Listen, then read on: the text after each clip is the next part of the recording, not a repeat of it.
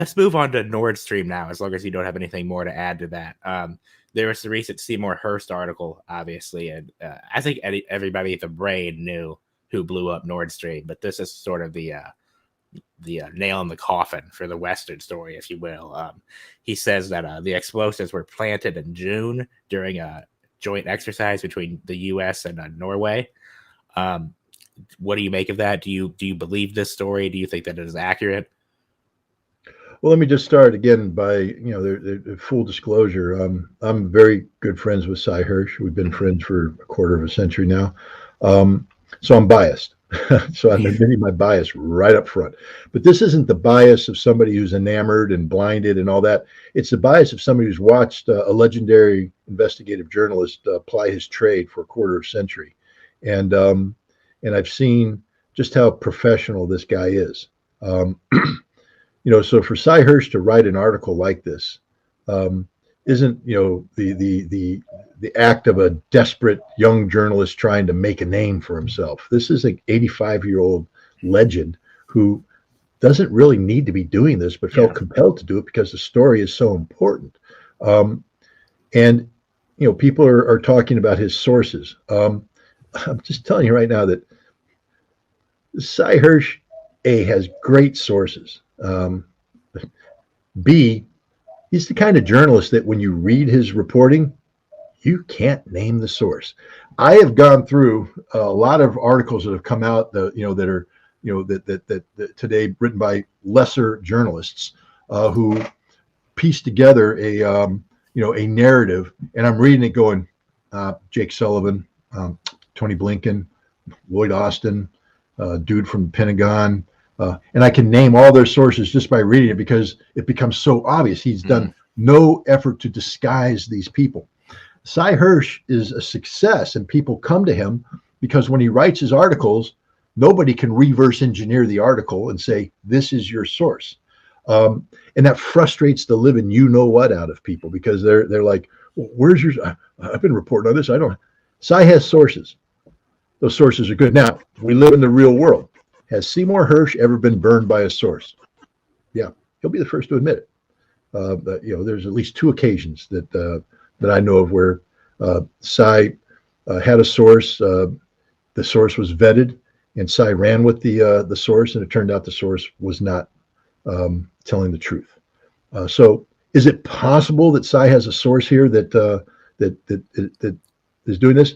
Possible, but once bitten, twice shy. And so Cy's not the kind of guy to have gone through the experience of having, a source burn him just to let that happen again. So he has run all the numbers, all the checks and balances, all the traps on this source. And if he says the source is good, you can take that to the bank. But also understand this. If you think that this article was written with one source, you don't know anything about Cy Hersh or the kind of quality investigative journalism that he does. Again, I don't know who the sources are, how many sources are. I'm just telling you that my experience with Cy Hersh is that he wouldn't have written a story of. Plus, let me just also say this: he's not an amateur. He knew exactly what he was doing writing this story now in the way that he did. He knew that this was going to set off a firestorm. That's why he did it, because he is so outraged by the behavior of the United States government that he felt this story had to be told. And look at the first major interview he did with a German outlet. Why? Because the story of America's betrayal of the German people is literally the story, not of the year, but of the decade. Literally, people, America attacked its ally. America attacked a NATO ally. This is an economic Pearl Harbor. The damage done to the German economy is horrific, and the suffering of the German people is significant. And this is America doing it to an ally. Do you really think after this occurred that NATO has any future viability? Everybody out there, Joe Biden, NATO is a sacred complication, da, da, da. Biden just destroyed NATO. If Germany stays in NATO, it will only do so as a cuckold nation, because Germany no longer has the respect of Europe. Europe has attacked Germany. Europe is literally abusing Germany, and Germany can either accept its role as a abused member or it can grow a pair, stand up and say no more. But either way, NATO is fundamentally damaged and probably fatally damaged. The European Union may be fatally damaged. How much trust and confidence can Germany put in its European allies? Because this wasn't just an American unilateral action. According to Seymour Hersh, Norway was played, but also we know that Denmark, Sweden, Poland, all of these, maybe Germany too. Who knows? There may have been elements because the United States uses Germany. We may have controlled certain German resources, all to conspire against the German nation. And I think there's a growing recognition in Germany now of just what happened and how bad this is. And this is the importance of the Seymour Hersh story. I mean, there's three aspects to this. One, Joe Biden violated the Constitution of the United States of America with intent. He collaborated with members of his cabinet and others to bypass constitutionally mandated reporting requirements to Congress about acts of war. Because, ladies and gentlemen, blowing up Nord Stream 2 was an act of war. Yes. An outright act of war, ecological terrorism. I mean, if any other nation had done this against our infrastructure, we'd have gone to war against them, and we'd be hunting down the people who made that decision. We'd be prosecuting. I can guarantee you they'd be hauled before the Southern District in New York and charged with a litany of charges, including terrorism. So America is a terrorist nation. Straight up. Joe Biden's a war criminal. Straight up. And Congress is doing nothing. Straight up. Which means we are a broken nation. Thank you, Seymour Hersh, for putting that out there so at least we're confronted with it. Yeah. You know, we need to understand what we have become as a nation. Joe Biden is a war criminal. His cabinet is a collection of war criminals who have carried out terroristic acts against an ally, acts of war. We did it. Our Congress is silent, and the American people are doing jack squat about it. You know, see no evil, hear no evil, say no evil. That's what we become. Our symbol, we should take down the American flag and put up the three monkeys because that's what we are. So that's the one thing. Thank you, Cy, for pointing this out. And the fact that Congress isn't calling for his impeachment is absurd. It's tragic. The second thing, we've talked about Germany, and I won't elaborate it, but the ramifications of what we've done to Germany will haunt us for decades to come.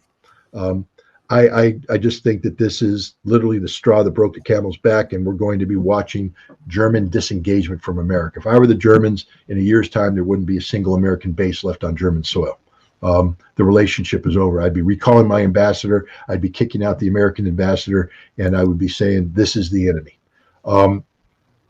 So thank you, Cy, for doing that. And again, I think it's telling that he went to a German outlet to do his first major media interview about this. One, because America's ignoring him. I mean, all the media outlets, you know, this is a Pulitzer Prize winning guy. This is the legendary investigative journalist, and the New York Times, the Washington Post, the New Yorker, and everybody's just like, no, Cy, who? What? We don't know. What? There's a story about Norway. Oh no, come on, man. No, they're too busy. You know, balloons. Right. You know, so thank you, Cy, for that. But then there's the third part that I think is as important or more important, especially when we're going to talk about Ukraine. If you take a look at the narrative that's put out by the West about Russia's actions in Ukraine, it's an unprovoked act of aggression. That's what it's called. Everybody, unprovoked act of aggression. So now we have we have Joe Biden on February 7th saying straight up, if Russian tanks enter Ukraine, Nord Stream 2 ceases to exist. Straight up. It's a confession beforehand. Straight intent. I'm going to destroy Nord Stream 2. You even had a German journalist. But how could you do that? It's German. Don't worry, it's going to be done. It proves he doesn't care about Germany. I mean, straight up, he said, I don't care if it's German. I'm going to do this. Confession. That would hold up in any court of law. Same thing with Victoria Nuland. The same thing with Ted Cruz's fetish about getting rid of Nord Stream 2. It's all there, intent. Then what we do then is we jump straight ahead to September 26th when it blows up. And we go, aha! Biden said if Russia invades, he's going to blow it up. And that's what he did. But let's back up for a second and fill in the rest of the gaps here. Before the Russian invasion, Russia did everything possible to stop this war. And the fact that American media doesn't want to talk about it doesn't mean it didn't happen. We now have confessions from Petro Poroshenko, Angela Merkel, and Francois Hollande. That's the former president of Ukraine, the former chancellor of Germany, the former president of France. Why are they important? They're the ones who negotiated the Minsk Accords that were supposed to create a ceasefire and create the conditions for conflict termination in the Donbass. Russia, continued to say, we want the Minsk Accords to be implemented. We want them implemented. They pushed that for 8 years. We now know that from the German, the French, and the Ukrainian perspective, it was a sham. They were never serious about it. It was a sham, a ploy to buy time for NATO to train a Ukrainian army capable of evicting Russian forces from the Donbass and destroying the ethnic Russian uprising and to reconquer Crimea. So NATO intended always from the start to use Ukraine as a proxy force to fight Russia. And the Minsk Accords were simply a device to buy time to make that happen. And we know the United States put a military training facility in Western Ukraine in 2015. And every 55 days, we brag about 1 battalion of Ukrainian forces trained to NATO standards, sent east to kill Russians. So, and even when the Minsk Accords collapsed, I mean, Joe Biden met with Vladimir Putin in June of 2021 in Geneva. And first on the agenda was how to stop this war. And Putin said, it's easy. Sign Minsk. Get the Ukrainians to agree to Minsk, and this all goes away. All goes away. But and Biden promised them, but he lied. Because here's the other news flash, ladies and gentlemen. The American government never tells the truth about anything, ever. Whether it's Chinese balloons, whether it's Minsk, whether it's anything, we lie all the time. That's what we do. And Joe Biden lied. He lied to Putin. He lied to the American people because we had no intention of having Minsk implemented. So the Russians, realizing that Minsk was a dead end, then confronted us with draft treaties to have a new European security framework that would terminate any potential conflict. We ignored that. So Russia went in citing preemptive collective self-defense under Article 51 of the United Nations Charter because there was 60 to 90,000 NATO-trained Ukrainian forces assembling eastern Ukraine ready to attack the Donbass, as everybody admits. Everybody admits, even Zelensky in 2019, we will go to war in Donbass. We will go to war in Donbass. So it's not made up. It's all real. So this wasn't an unprovoked act of aggression on the part of Russia. It was legitimate preemptive collective self-defense. But now the war goes on. What did Russia do? And now we have the luxury of looking back on this problem for about a year, because there was a lot of confusion early on in this conflict. People like me believed that Russia was just going to steamroll the Ukrainians, and they would have if they'd gone in militarily, doctrinally, but they didn't. They did something different. What they were trying to do is pressure Ukraine and bring them to the negotiating table. They weren't trying to occupy Kiev. They weren't trying to, conquer the country. It was to put pressure on Kiev to get them to the negotiating table. And it succeeded. There were 3, negotiations in early March that led to a gathering in Istanbul on 1 April, where there was a treaty that Ukraine and Russia, at least Russia, was prepared to sign, bringing an end to this conflict. But then Boris Johnson steps in and shuts it down. And he did so with the permission of the United States. You see, we didn't want peace. I mean, today we're all talking about there has to be a negotiated settlement. Well, on April 1st, there was a negotiated settlement. Russia and Ukraine were ready to end this conflict, but we killed it. And now it turns out the Ukrainians were never serious either. We know from the head of the Ukrainian intelligence service that the negotiations themselves were a sham to buy time. Why would we kill it if our goal was to have a negotiated settlement? Now we have to go back to February 7th. If Russian tanks go into Ukraine, Nord Stream will be destroyed. That's Joe Biden's promise. Well, Russian tanks went in, but on April 1st, they were getting ready to negotiate it into this conflict, which means once the conflict ends, the United States loses its pretext for taking out Nord Stream, which of course was a major political objective in this whole thing. If people think this is only about Ukraine, you're so wrong. This is about the United States imposing its control over the German economy and the European economy. And you do that by shutting down cheap Russian gas so that they are compelled to buy expensive American liquid natural gas. This is about transitioning American energy into the European market. And you do that by eliminating your competitor, but they hadn't yet accomplished that task. They hadn't yet blown up the pipeline. So you can't have peace. And this makes what Biden did even more nefarious, because now the blood of hundreds of thousands of Ukrainian soldiers, thousands of Ukrainian civilians, the destruction of nation is solely on his hand. Stop blaming Vladimir Putin. This is a war that Putin did not want. This is a war that the United States did want. And one of the reasons why they wanted this war is that it provided political cover for the destruction of the Nord Stream pipelines that allowed the United States to assert its, economic and energy security control over Europe. So on September 26th, when they blew up the pipelines, mission accomplished. An act of war against Germany, which was always the intention. And this is another thing for the Germans to reflect on, that this wasn't some accident, circumstances require unfortunate circumstances. No, the United States was planning from day one to take out this pipeline and destroy your country. And they were using the Ukrainian conflict, which we facilitated, we made. We wanted that war. Russia did not want that war. We wanted that war. We engaged in that war to, one, undermine Russia, weaken Russia, but also weaken Germany. This is about America's coup d'etat in Europe, to solidify Europe, create an American, umbrella of control before we pivot to China. That means that Germany was seen as every much an enemy as Russia. And ask you this, how many times did the United States attack Russia in the last year? None. How many times we attacked Germany? Well, we got them good. So the only country we've attacked in this whole thing is Germany. And people need to reflect on that, because this incident that's that's been highlighted by Seymour Hersh's outstanding reporting it condemns America. I mean, if there was ever a Nuremberg tribunal, we'd have a whole host of people hauled up there for crimes against humanity. And some of them should be hung by the neck until dead. I agree with you on that, even though we might get kicked off of YouTube for saying it. But I do just want to add that the U.S. hasn't directly attacked Russia, but I would say that sending $100 billion worth of weapons to Ukraine is very close to actually attacking. Oh, no. I'm not downplaying what we've done. I'm just saying that sanctions physically we attacked Germany.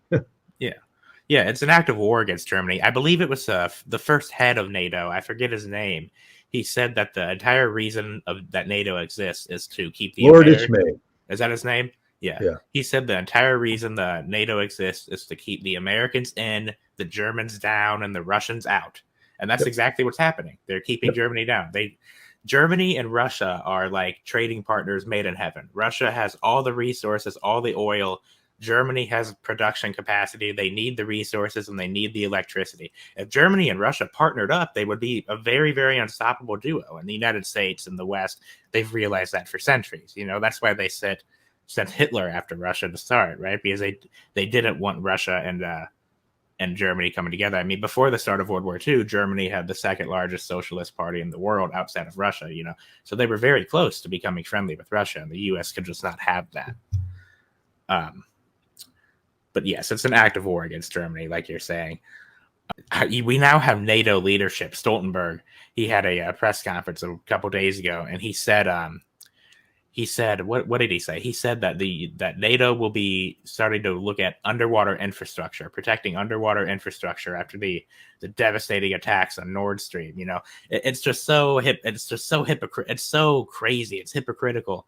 So we know who did it. We know the United States blew up Nord Stream. The head of NATO blew up Nord Stream. But now NATO is going to invest all this money to protect underwater infrastructure. From who? From the United States? From NATO? Who are you protecting it from? This is like the Jesse and Frank James, the famous train robbers.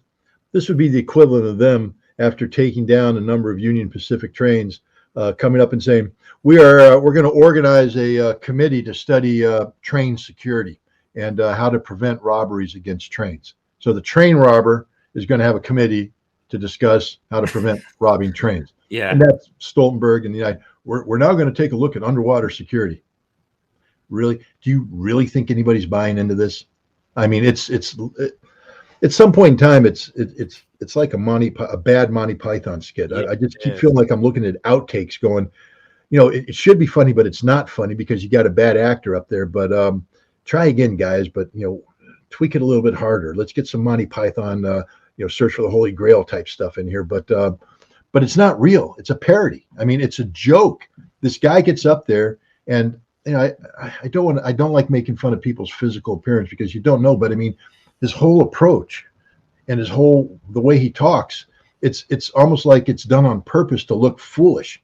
And then you match his physical presentation with the actual, content of the words he's speaking, and it's absurd. It's literally the theater of the absurd. Are you talking about Stoltenberg or Biden? Stoltenberg right now, but I guess they're both. Biden, I just think that what we're doing here right now is cruelty to the elder. This man should not be. I've thought that too.